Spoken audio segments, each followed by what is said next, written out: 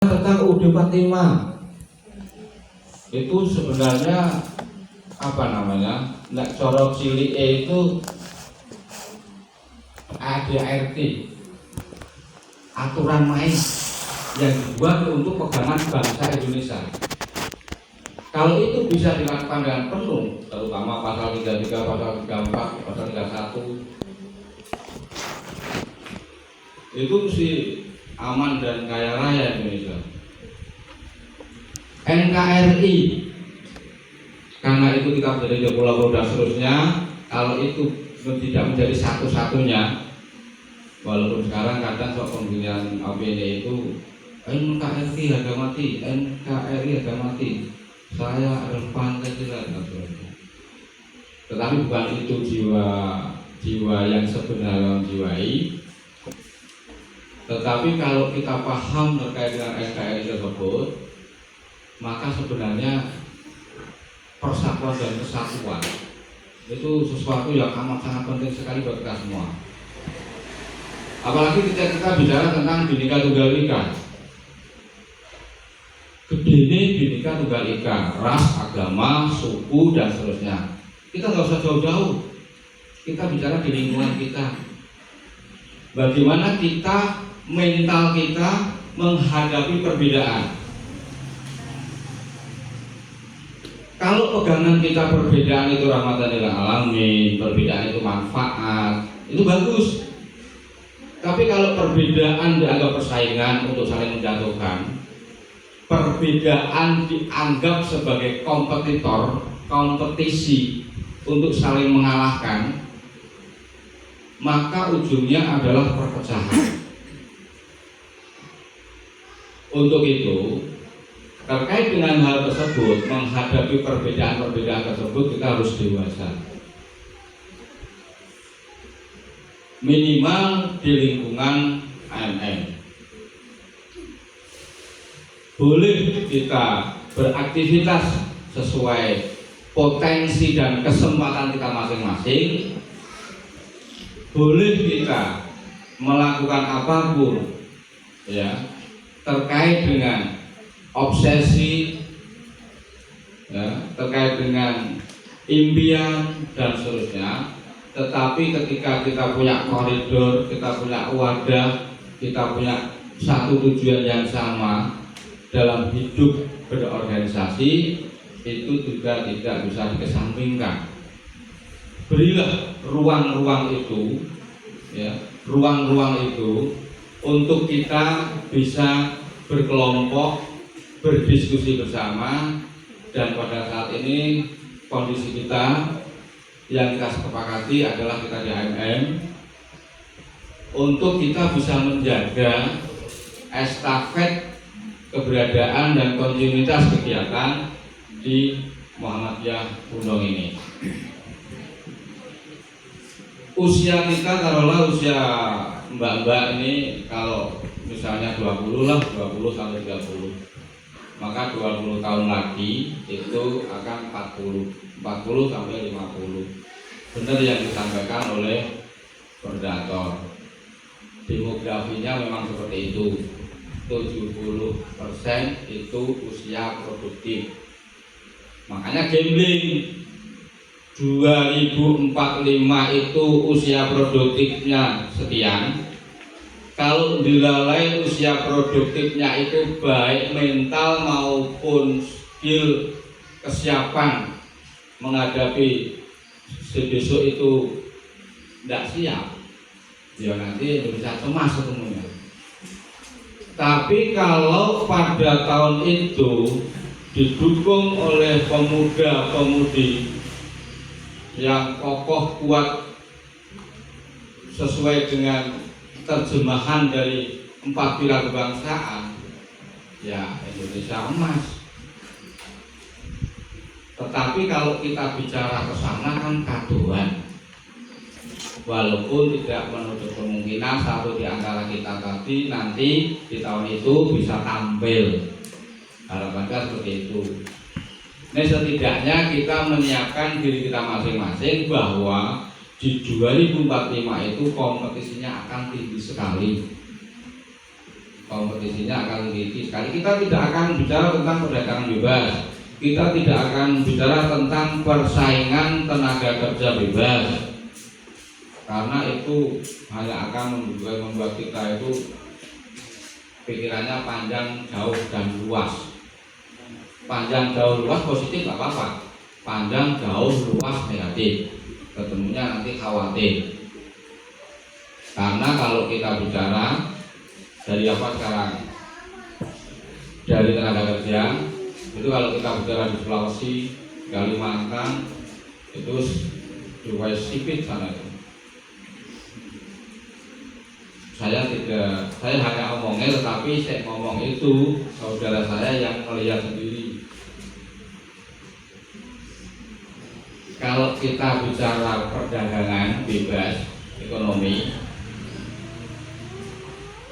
Mas Mbak bisa kemarin rasakan kenapa emas itu bisa naik tinggi. Kenapa emas itu bisa naik tinggi? Hanya karena persaingan antara Amerika dan Tiongkok, Cina. Hanya persaingan dua negara itu baru, itu pengaruhnya sudah global. Itu sekarang, belum besok 2045. Nah, karena itu sebagai penguat-penguat kita kalau bicara moralitas, mentalitas, kemampuan kita itu sifatnya pengolahan individu.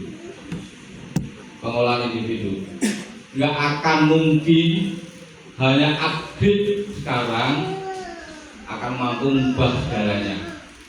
Yang bisa adalah apa yang disampaikan sekarang itu hanya sebagai wacana atau informasi atau suasana yang harus disikapi. Penyikapannya bagaimana, itu menjadi tindak lanjut dari kita ke depan. Untuk itu, kita sebagai generasi muda, kalau kita bicara tentang wawasan kebangsaan, janganlah hati kita itu ditutup dengan ruang sempit. Yang benar adalah kita, yang benar adalah ruangan kita, orang-orang sekeliling kita, tapi menganggap mereka salah. Itu kemudian nanti akan, kalau kita tidak membuka diri untuk dialog dan diskusi eksklusif, itu nuansanya nanti akan terbesar-besar. Ada pola pikir, ya, ada pola pikir ketika kita sebagai generasi muda untuk bisa survive, untuk bisa selalu pada posisi on fire. Kalau Anda pernah mendengar istilah ketika baru kompetisi, misalnya voli, badminton, bal-balan, seseorang itu kalau baru pada posisi on fire, maka dia melakukan apapun akan selalu benar, melakukan apapun akan beruntung. Nah, ini sebagai generasi muda, kalau kita pada ingin on fire, ini ada kunci nih yang disampaikan oleh Stephen Habit gitu. Yang pertama, jadilah orang itu yang proaktif. Proaktif itu apa? Proaktif itu ya kebalikan dari pasif. Dalam situasi apapun, di kondisi manapun, dengan siapapun, pada saat kapanpun, kita proaktif melihat situasi. Di masyarakat ada kerja bakti, inisiatif. Ada seripah, inisiatif. Ada apapun, kita berinisiatif untuk melakukan sesuatu yang dibutuhkan pada saat itu. Itu proaktif. Jangan malas-malasan, tiduran, nge-game, terus waktu buang percuma. Yang kedua, mulailah dari yang akhir. Maksudnya apa ini? ketika kita mau melakukan sesuatu kan pasti ada tujuannya. Nggak mungkin kita melakukan sesuatu tanpa tujuan. Nah, ketika kita melakukan sesuatu ada tujuannya, jangan berpikir aku melakukan ini kenapa? Mengalir manut keliling banyu. Bukan, tetapi kita ada mindset tujuan akhir. Tujuan akhir aku tahun ini akan bisa menjadi seperti ini. Nah, kalau tujuan pikiran kita ada di tujuan itu, maka setiap langkah kita, setiap perjalanan kita, maka akan kita targetkan ke sana. Sehingga dari setiap langkah ke langkah berikutnya itu akan ada step by step terkait dengan progres perkembangannya menuju satu titik di mana kita mempunyai tujuan tersebut. Yang ketiga, dahulukan yang utama. Kadang kita menghadapi sesuatu itu pasti ada beberapa hal yang tidak mungkin dilakukan bersama. Ada sesuatu yang beberapa hal tidak mungkin diambil kabeh. Menghadapi sesuatu yang tidak mungkin kita kerjakan kabeh, maka harus kita pilih dengan ilmu skala prioritas. Maka dahulukan yang utama. Utama versi siapa? Jangan subjektif. Jangan versi kita, tapi versi semuanya. Versi semuanya dalam kondisi saat itu.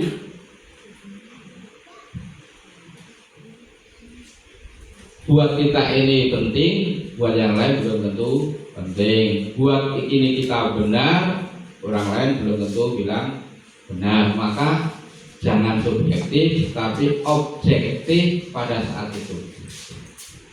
Yang keempat, selalulah berpikir tentang win-win solution dalam setiap apapun. Diskusi sama teman, ya, diskusi sama teman itu jangan bicara tentang menang kalah. Falsafah Jawa itu selalu mengajarkan pada kita menang tanpa ngasorati, menang tanpa ngasor, lancip tanpa natoni, dan seterusnya. Jadi menjaga lisan terkait dengan saat diskusi itu bagian penting dari bahasa komunikasi. Bahasa komunikasi itu tidak harus makna literal gramatikal, tapi bagaimana message ya, oleh komunikan itu bisa diterima oleh komunikator. Jadi pesan yang akan kita berikan bisa ditangkap oleh yang menerima. Itu bahasa komunikasi. Walaupun kadang kita sampaikan dengan bahasa guyon, kita sampaikan dengan bahasa pakem. Kalau bahasanya wayang ya bisa seno, guyon, timbul, pakem, tetapi maksudnya sampai. Nah, ketika kita bicara win-win solution, itu setiap diskusi, setiap kompetisi, setiap pertaruhan dan seterusnya itu harus bicara tentang win-win solution.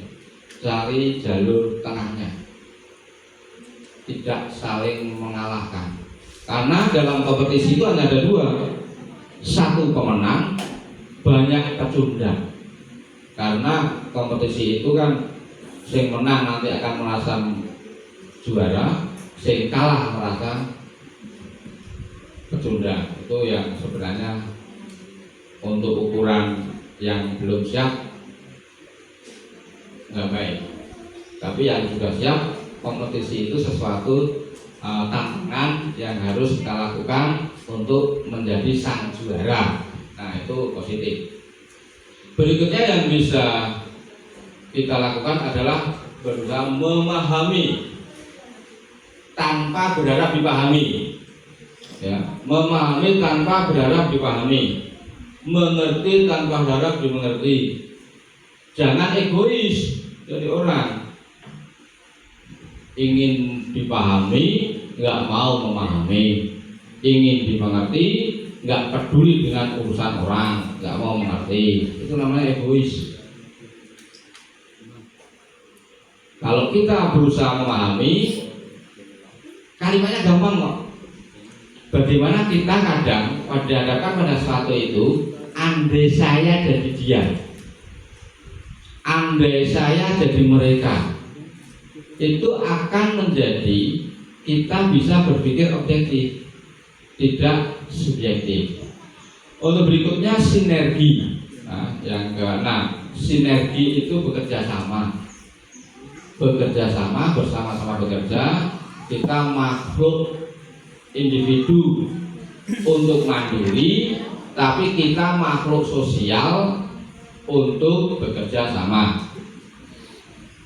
Jangan dibalik, kita diciptakan sebagai makhluk individu untuk mandiri, tidak bergantung pada orang lain.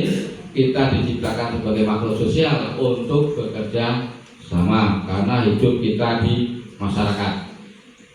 Yang berikutnya, mengasah layaknya gergaji. Kita itu harus selalu update dan upgrade. Jangan berhenti pada zone nyaman. Dan ini yang rawan adalah yang putri. Putri kadang punya obsesi ke sana, tapi begitu nikah itu sudah merasa zone nyaman. Wah, kalau saya golek di bojoku, kan wanita itu bukan tulang punggung tapi tulang rusuk yang harus disayangi dan dilindungi. Kan balik sebenarnya. Artinya menerjemahkan, memposisikan itu. Terus kalau saya golek tak ngomong wae, tak ngurus omah. Terus nanti akhirnya berhenti pada zona nyaman. Pada zona nyaman. Badai datang, suami yang kita harapkan sudah menjadi pegangan kecangkol wanita lain, padahal kita sudah terlanjur pasrah. Itu jatuhnya nanti akan sakit hati dan kita pada kondisi yang tidak aman. Makanya kita baik laki-laki maupun perempuan harus tetap pada posisi on progress, selalu update dalam situasi dan kondisi pikiran kita dinamis, siap menghadapi perubahan, siap mengikuti perubahan zaman. Kalau teknologi menuntut itu kita masuk, oke, tapi jangan disalahgunakan. Teknologi karena pinter malah masuknya ke judi online. Berarti kan itu nanti. Selamat datang Pak Heri Fahamsyah, MMMIP. Oke. Jadi sekali lagi, sebagai calon pemegang kendali di tahun 2045, sebagai seorang pemuda-pemudi yang dihadapkan nanti menjadi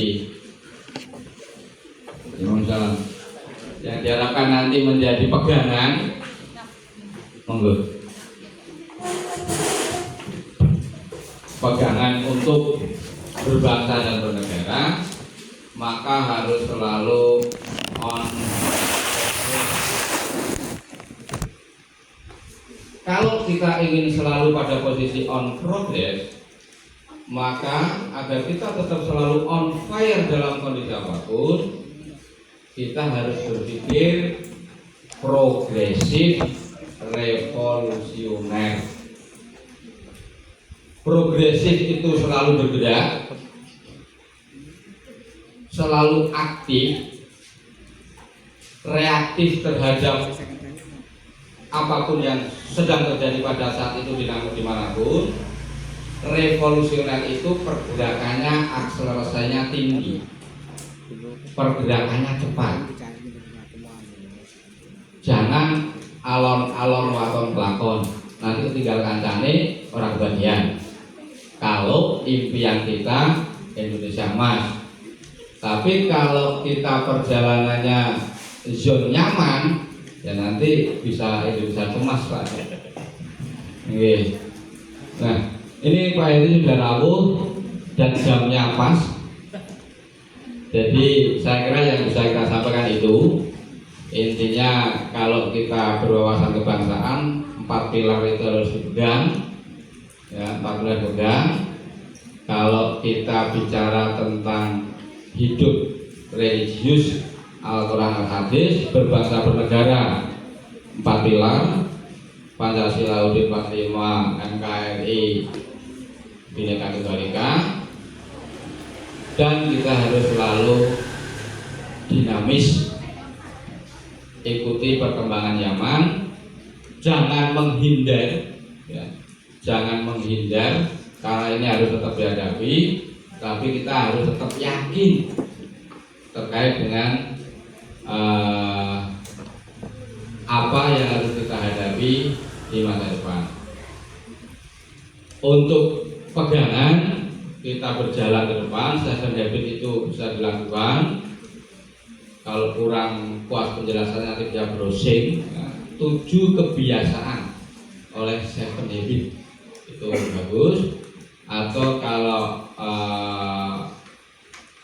ukuran kita song-song menuju manusia unggul itu bisa di Abdul Mukti sering disampaikan itu, ya, untuk menuju manusia unggul itu kita harus punya ide yang ideal, bukan ide yang khayal, tapi ide yang ideal terkait dengan tujuan. Saya kira itu Pak Moderator, nanti dilanjut Pak Heri dan bisa dilanjutkan dengan dialog.